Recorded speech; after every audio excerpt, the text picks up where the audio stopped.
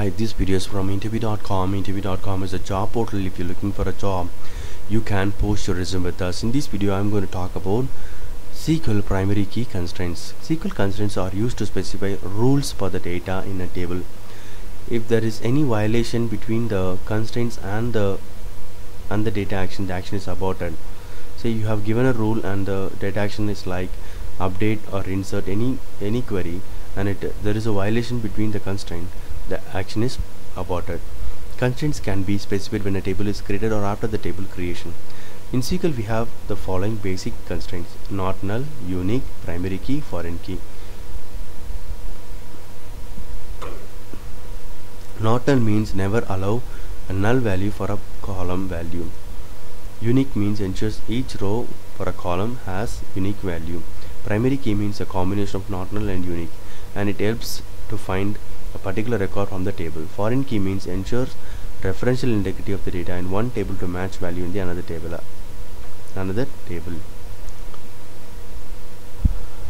So for example, student has student address table, so we can have a relationship between student table and the student address table.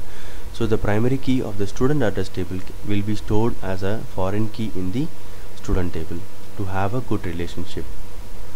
I'm going to explain primary key constraint in this example, in this demo.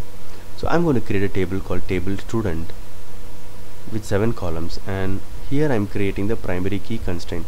So student ID, I'm marking it as a primary key. That means it should not be null and it should be unique. That will be taken care by primary key constraint. Let's create this table first. So I'm going to create this table with primary key constraint. Okay, so this is primary key constraint. It will ensure student ID is always inserted unique and it's not null. Let's see, the table is created. I'm going to create one record.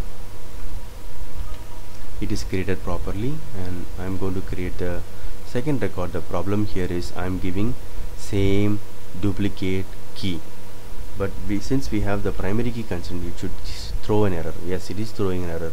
Its statement was aborted because it was caused a duplicate key value in unique or primary key constraint. So primary key constraint, it is working properly. How do I solve this problem? Give a unique key, it will work properly. Looks like it is creating properly. So let's see these two records in our table. So primary key constraint, it is working properly. We have got two records in our database table, student, and the student ID is maintained unique because of this primary key constraint. Hope this video is useful. Thank you and all the best.